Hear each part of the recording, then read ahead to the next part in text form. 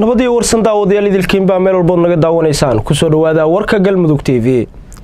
Isgoysyada waaweyn ee magaalada Muqdisho ee caasimadda Soomaaliya ayaa maanta lagu arkayay ciidamo ka tirsan dawladda Soomaaliya kuwaasi oo galinkii dambe ee shalay tababar loogu soo xiray xarunta xisbiga ee magaalada Muqdisho. Ciidamadaas ayaa ah kuwa rabshadaha ka hortaga iyadoo la sheegay in loo diyaariyay inay ka hortagaan banaanbaxyo laga cabsi qabay in ay ka dhacaan magaalada Muqdisho kuwaasi oo la hadalhayay 24 saac la soo dhaafay. isgoysyada kilomitir 4 dabka 4 darjiino Sanca Banaadir iyo isgoysyo kale oo waaweyn oo ku yaala magaalada Muqdisho ayaa lagu arkayay ciidamadaasi oo watay astaan u gaar ah oo lagu yaqaano booliska ka hortaga rabshadaha.